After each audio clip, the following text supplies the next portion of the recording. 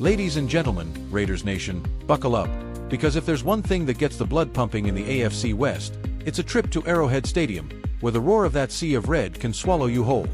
Imagine this. It's 1963, the Raiders are born in Oakland as the scrappy rebels of the league, defying the establishment under the iron-fisted vision of Al Davis, who famously declared, "The greatness of the Raiders lies in their future." Fast forward 6 decades, and here we are in 2025, with the silver and black marching into Kansas City on Sunday, October 19th, staring down Patrick Mahomes and the Chiefs like gladiators in the Coliseum. But wait, is this the upset that flips the script on a brutal season? Or just another chapter in one of the NFL's most venomous rivalries? Stick with me, folks, because we're diving deep into what could be the spark that reignites the fire in Vegas. Good morning/afternoon/evening, everyone. Welcome to your Raiders Report, where we bleed silver and black, and we don't apologize for it.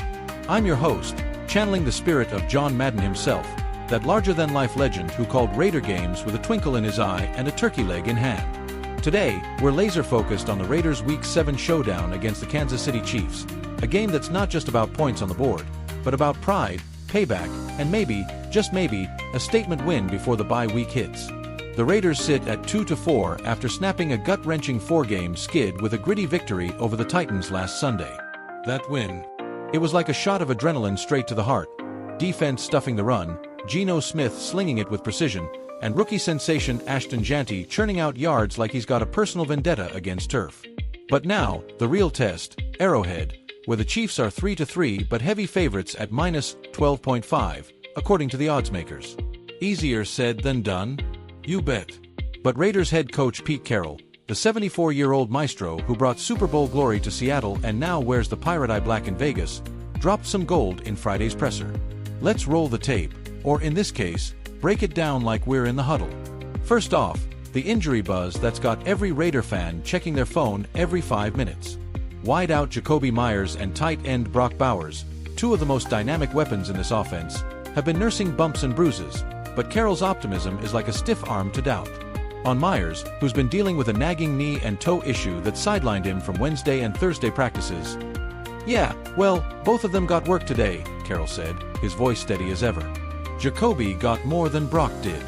He looks like he bounced back pretty well, so we're very hopeful that he'll be available. Meyers, for the uninitiated, is that reliable chain mover, the guy who transferred from New England and immediately became Geno Smith's go-to in the slot. Through 6 games, he's hauled in 29 catches for 329 yards, averaging nearly 55 yards per tilt, and his chemistry with Smith is electric. Remember that toe-drag sideline grab against the Colts in Week 5? Pure poetry. If he's out there Sunday, expect him to feast on those underneath routes, exploiting Kansas City's linebackers who rank middling in coverage this year. Then there's Brock Bowers, the rookie phenom out of Georgia who exploded onto the scene last year with 112 receptions, the most by a tight end rookie in NFL history.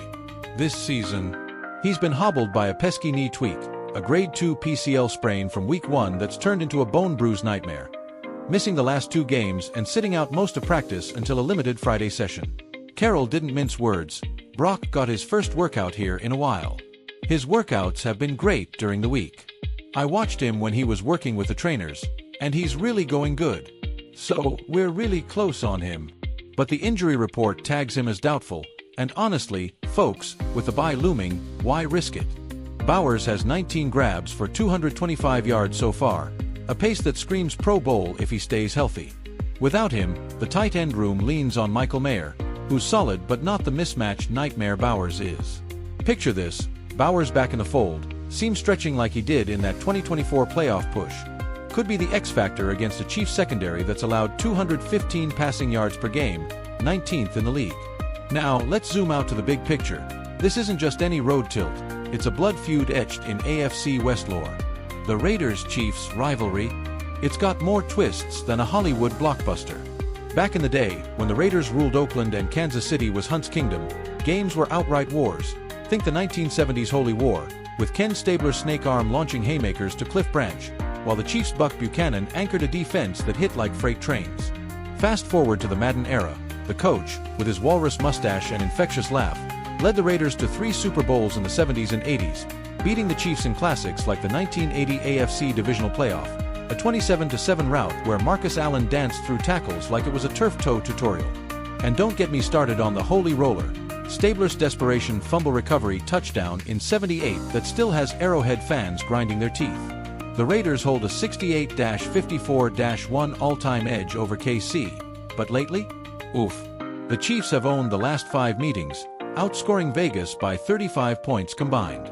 Andy Reid's 20-4 record against the Raiders since 2013? That's not a stat, that's a vendetta. But here's the Raider twist.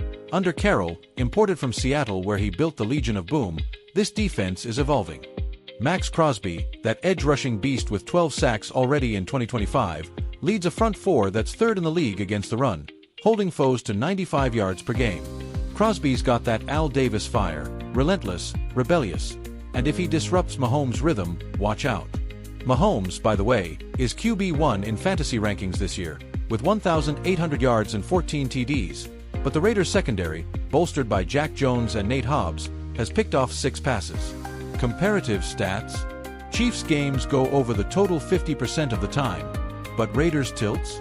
Just 33%. Expect a grinder under that 45.5 line. But let's talk special teams, because Carroll lit up on this one, and it's where underdogs win wars.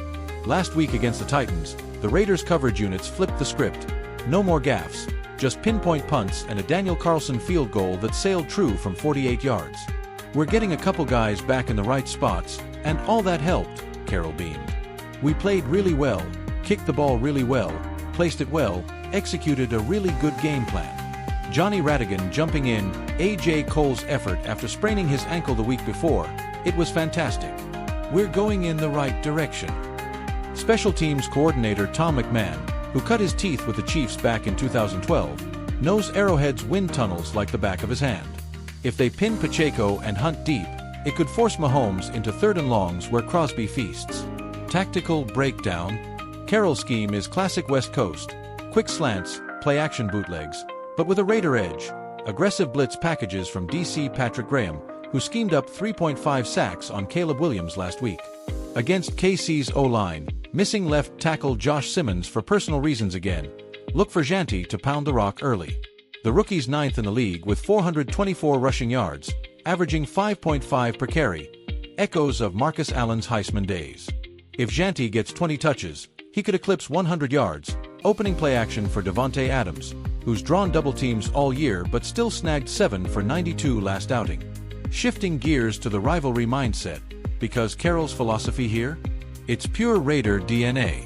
When asked how he treats these hate-filled divisional clashes, the coach dropped wisdom that's straight out of the Al Davis playbook. We approach every week like it's a championship game, like it's the only game you got, he said, leaning into the mic with that trademark intensity.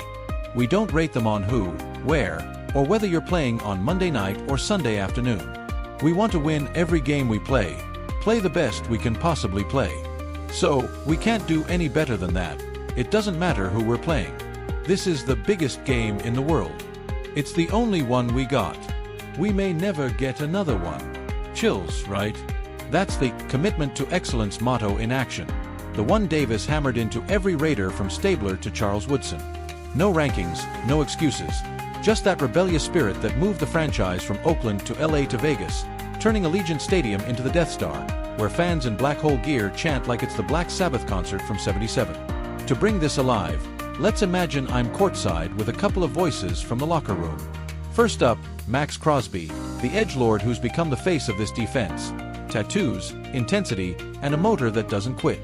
Picture him post-practice, sweat still dripping. Coach Carroll? Man's a legend. He walked in day one and said, "We're building winners here, no shortcuts."